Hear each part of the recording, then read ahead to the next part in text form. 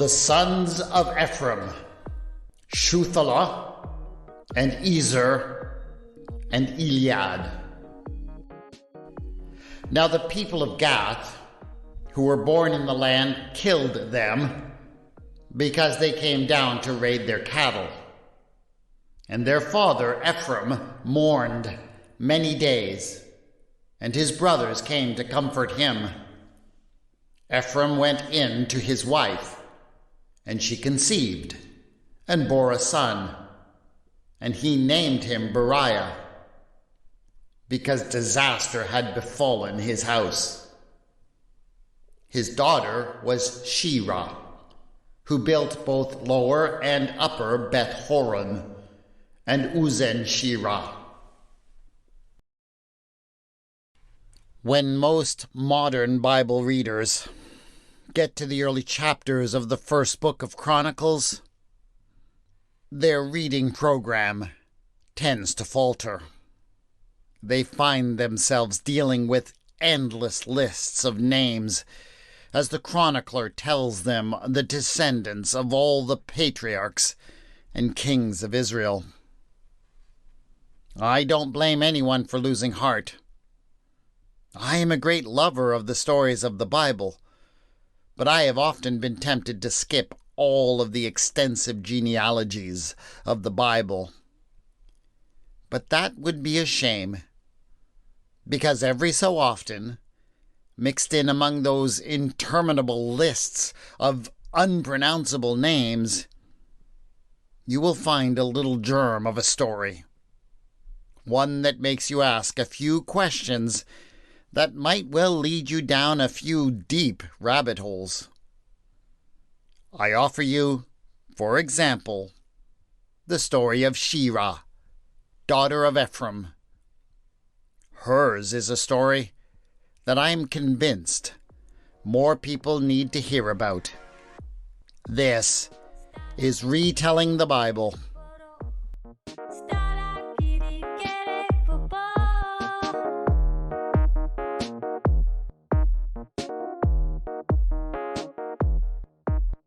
Episode 7.9, Sheerah, Warrior Princess of Ephraim.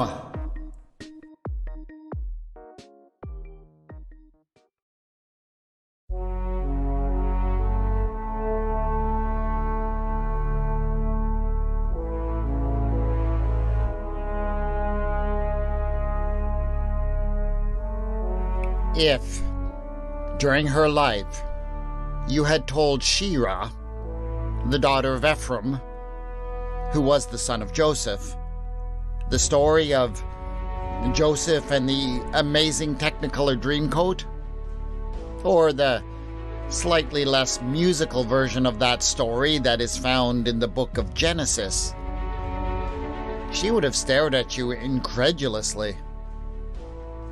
She would not have understood how anyone could have thought that her grandfather had been kidnapped and taken off to live in slavery in Egypt.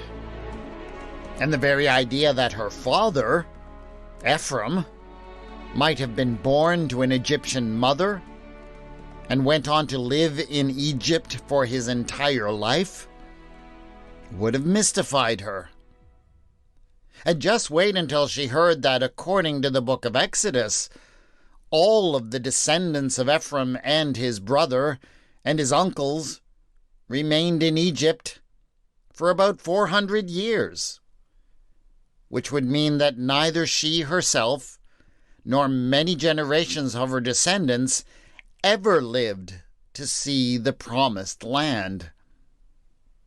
In fact, I think we're supposed to assume that none of them lived there until the generation of her great-great-great-great-great-great-great-grandnephew, a fellow named Joshua, son of Nun.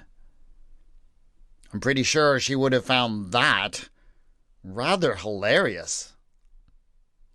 For the only life that Sheerah knew was lived in the land of Israel, in the beautiful hill country of Ephraim, in the heartland of what would someday be called the Kingdom of Israel.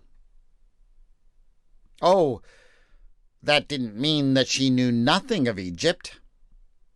Yes, she had never actually seen the pyramids or the waters of the great Nile River, but she did often hear about such places and had many dealings with the people from that land. Her people might not have been slaves in Egypt, but it did often feel as if they were slaves to Egypt.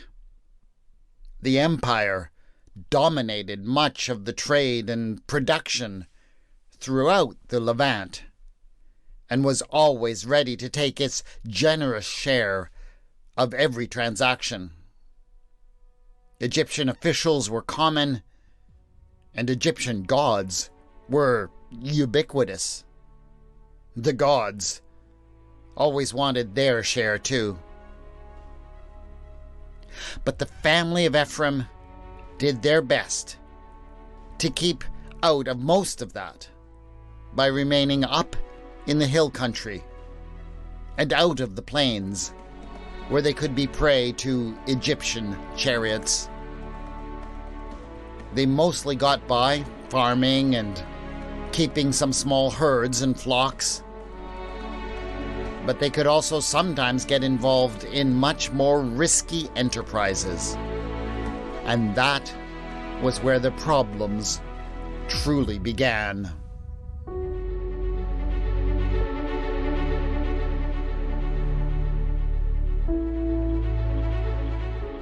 Shuthalah, Ezer, and Eliad, the sons of Ephraim, were Sheerah's brothers. Shuthalah had always been quiet, reserved, and cautious, as befitted the eldest son and heir. But Ezer and Eliad, they could be pretty wild. They were always laughing and joking and usually playing pranks on just about anybody in the household. They just had a way of getting in trouble. Sheerah respected her eldest brother, but the other two she had always just adored. They could be rude and crude, and they had a certain tendency to do very foolish things, but they always seemed to get away with their foolishness. She loved them for that, too. And so, when she got up one morning to hear that her two big brothers had already left for the day, that they were headed down into the plains, she knew that they were likely planning on getting into trouble. But she was not too concerned. She got dressed, ate some breakfast, and began to go about her day. But the next day, a great stirring arose throughout the household. Some messengers had arrived from Gath, down on the coastal plain, and they came in anger with dire news. The elders of Gath were furious. It seemed that the sons of Ephraim had headed out to their city on the previous day and done so with the intention of causing much mischief. They had gone to do their favorite thing, which was to rustle cattle. But this time, they had been caught, red-handed, in the very midst of liberating a rather valuable bull. The elders had sent their representatives with the word that the two young men had been judged, and they had been summarily put to death. Ephraim was being given nothing more than the gracious opportunity to claim the bodies of his dead children.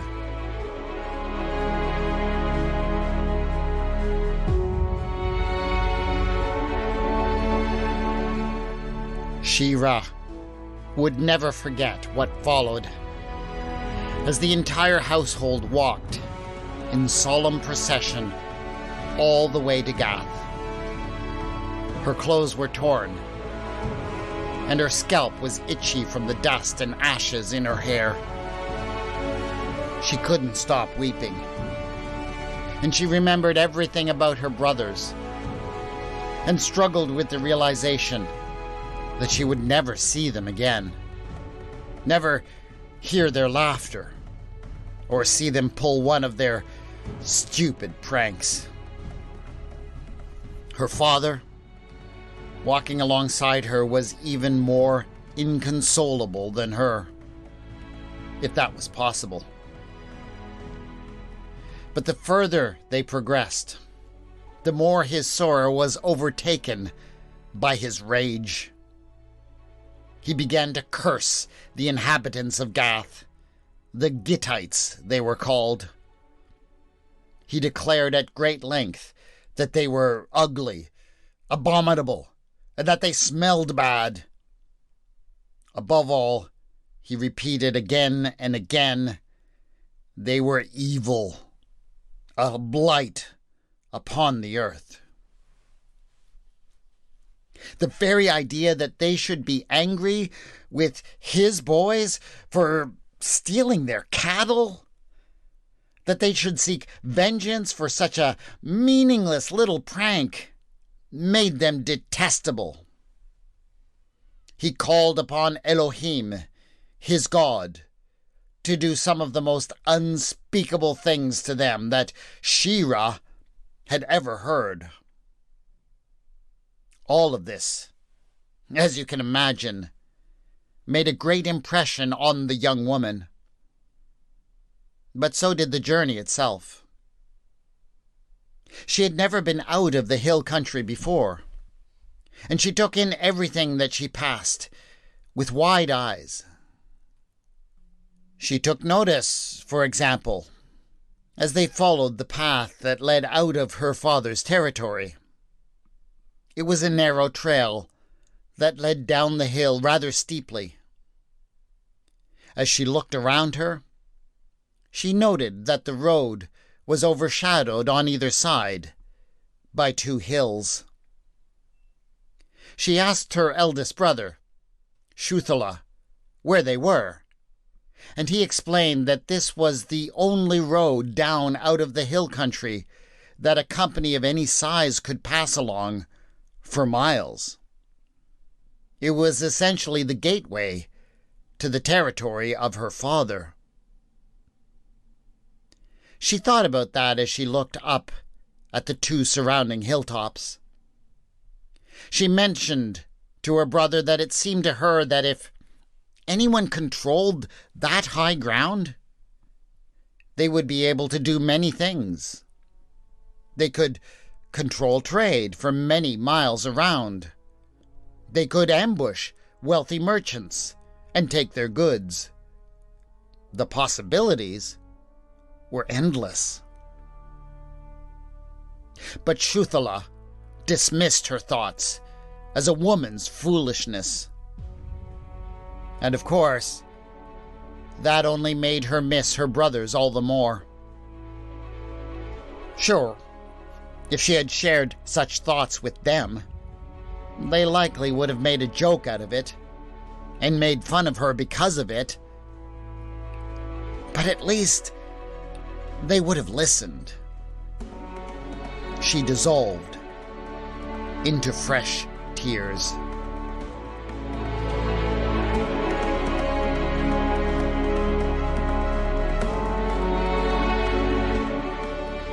When she finally returned home, after the days of terrible anger and sorrow, Sheerah went off into the hills for a day of reflection. There she made a vow to herself that she would fight against the injustice of this world, particularly against the injustice of people who dared to punish other people for stealing their cows and bulls. Of course, as with any vow, she needed to make it in the name of some god. She considered, of course, making her vow in the name of her father's god, Elohim. That would be fitting, of course, as she saw herself taking vengeance for the evil done to her father. But eventually, she decided she needed to take her own deity. She decided that a deity popular among the Egyptians, who had settled among the Canaanites, would suit her very well.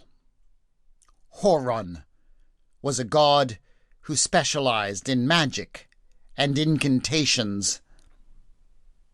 He seemed like just the right sort to give her the special boost that she needed. And so, she went into the room of her brothers, Ezer and Eliad. They had left most of their belongings behind when they had set out, of course. Cattle rustlers need to travel light. So she was not surprised to find in a box of Eliad's things his bronze sword. This she took and prayed to Horon. She asked the god to enchant the sword and make it a talisman of power, that it would be able to transform her into the defender of her family's honor and the avenger of those who would wrong them. As she took up the sword, she cried, "For the honor of Horon!"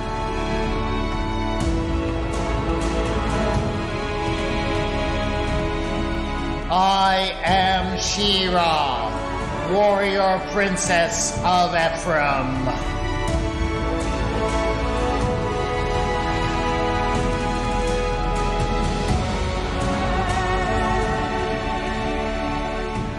Sheerah never lost the sense of grievance, duty, and honor that she had found on those first days after the death of her brothers. But she did mature. She came to learn, for one thing, some sympathy for the Gittites and their desire not to have people constantly stealing their cattle. That did make some sense to her. Her father, though, he certainly never mellowed at all. About a year after the whole affair, he had another son. But far from this being a symbol of him focusing on the future and the hope of a better life for his family, he made it very clear to everyone that he was still clinging to his resentment for the disaster that had befallen his family by calling the child Beriah. Sheerah felt for the poor child, her baby brother, and that for all of his life he would have to carry a name that basically meant disaster. How could any child thrive with such a label placed upon him? This was something that convinced her to take a different approach from her father. Rather than focusing on the past evil that they had experienced, she would become the kind of warrior who would build a better future. Oh, she still had her fantasies of taking up her magical sword and descending onto the plains to mow down the Gittites in their hundreds. But she recognized now that that was a foolish course of action that would likely only result in further disaster. So she began to think of more productive ways to triumph over the people of the plains.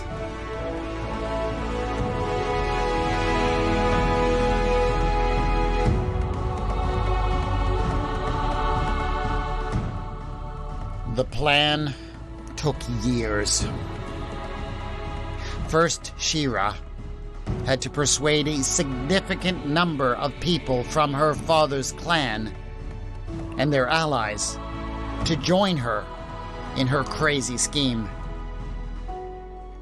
It took a lot of talking to persuade them that all their effort would be worth it, because she was going to ask them to work very hard. But eventually, she felt as if she had enough in her party. There were about 20 families altogether. That wasn't near enough to found and establish 2 cities and fill them with people. But she was sure that once they had demonstrated just how prosperous their cities could be, many others would come and join them. And so she led them out from her father's household and down the path towards the plain until they came to that spot where the narrow pass went between the 2 small mountains. She set the men to work, and on top of each of the 2 hills, they established a small fortress and simple houses for the families. They started out by ambushing and raiding the various parties that passed through on the narrow way. That was astonishingly lucrative at first. But it wasn't too long before word of the dangers of the pass spread, and, even though the alternate routes went many miles out of the way, many traveling parties began to use them to go around the pass. Sheerah had expected this. In the second phase of her plan, she sent representatives of the 2 cities out with a message. They proclaimed that the pass had taken on the patronage of a new god, the god Horon. Horon was well known all throughout the Canaanite territories, and also among the Egyptian representatives. Horon was famous for his spells and incantations, which were often invoked for protection. So the message was made clear. Rather than a place of danger, people could now consider the pass as a safe way to go in and out of the hill country. In honor of this patronage, the 2 cities on either side of the pass, the upper city and the one that was lower down the pass, were both given the name Beth Horon, the house of Horon. Of course, there was another part of the message that was not spoken quite so clearly, but was understood nonetheless. If the pass now had a patron deity, then such a god needed to be duly respected and honored. Travelers would be expected to demonstrate their gratitude to the god in practical ways, and the inhabitants of the 2 new cities that overlooked the pass would be only too happy to assist them in finding ways to show their appreciation. It turned out that Horon was particularly fond of gifts of gold and silver. And, of course, if any travelers failed to show the proper respect, the men of Beth Horon could hardly be blamed if they allowed their zeal for their patron god to overpower them. And so, now that the cost of passage was set at a more reasonable rate, and people could feel safe, the traffic through the pass increased again, as did the treasury of the people of Sheerah. The new cities of Upper Beth Horon and Lower Beth Horon grew and prospered. Sheerah was very proud indeed of what she had built. It was true that at times she remembered her youthful vow to slaughter the Gittites with some regret that she had not followed through. But in her maturity, she came to understand that there could be other ways, profitable ways, of getting back at those who had so unjustly killed her brothers. She certainly always relished the opportunity to find ways to charge them extra whenever they passed through her territories. So, thanks in no small part to the wisdom and foresight of Sheerah, the family of Ephraim prospered and grew strong and numerous in the hills. And in time, though he never quite forgot the grief he carried for his sons, Ephraim began to recognize the valuable jewel that he had in his daughter. In honor of her contribution, and in memory of his 2 lost sons, when it came time to divide his estate, he made a rather unusual division. He gave a portion of his legacy to Shuthelah, his eldest and most level-headed son. He gave a portion to Beriah, his disaster child. But the 3rd portion he gave to Sheerah, who he thought of as his strongest child, though he would have never said that to the other 2. When her father finally died and was laid to rest with his fathers, Sheerah went out to the land that he had given her. She saw it as a testimony to what she had accomplished, and that is why she called it Uzen Sheerah, the portion of Sheerah.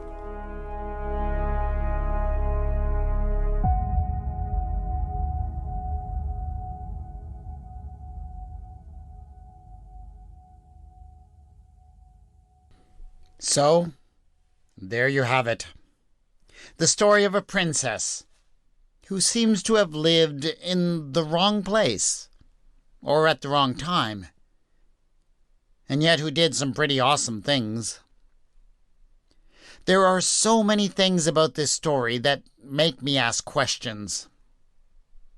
The Chronicles in the Bible were written relatively late. They make reference to the Edict of Cyrus that was given in 539 BCE, so they must have at least been written after that. And yet, in this passage at least, they seem to be completely unaware of the Genesis and Exodus account that has Ephraim and his children living in the land of Goshen in Egypt. But how could the author not be aware of that whole story, which was so essential to the identity of the Hebrew people? Nearly all scholars and archaeologists agree that the whole story of a great exodus of the people of Israel from Egypt is not historical. The evidence is pretty clear that the Israelite tribes grew up and came into existence in the hill country of Israel, exactly where this story places Sheerah and her family. That makes me wonder, did the chroniclers, whoever they were, know about the story of the Exodus, but also knew where the people of Israel really came from? Did they just not care about the contradiction? Maybe because they understood that the Exodus was a powerful founding myth for the Israelite people, but was not truly reliable history. It is an interesting thought. But if it was embarrassment at the seeming contradiction in this story that has made people ignore the amazing story of the accomplishments of Sheerah, that is a shame. She apparently built 2 cities of enormous strategic importance and named them, for some reason, for a popular Canaanite and Egyptian god. Her father recognized her importance by allowing her to inherit a portion alongside her brothers. She is quite an impressive figure for her time. And besides, we could always use one more princess of power. That is it for this episode of Retelling the Bible. Do subscribe so you can get the next episode in a couple of weeks. And please leave a review on your podcast provider to help other people find and appreciate this podcast. Theme music for the podcast is Ada by Kevin MacLeod. And the mood music for this episode was Return of the Hero by Sasha End. The music is licensed under the Creative Commons and can be found at filmmusic.io. You can contact me on Twitter at Retelling Bible, on the Facebook page Retelling the Bible. Show notes for this episode have been posted at retellingthebible.wordpress.com. Thanks again to my awesome Patreon supporters who back this podcast. If you'd like to join them or discover the benefits they receive, go to patreon.com/retellingthebible. This is Retelling the Bible, and I have been your storyteller, W. Scott McCandless.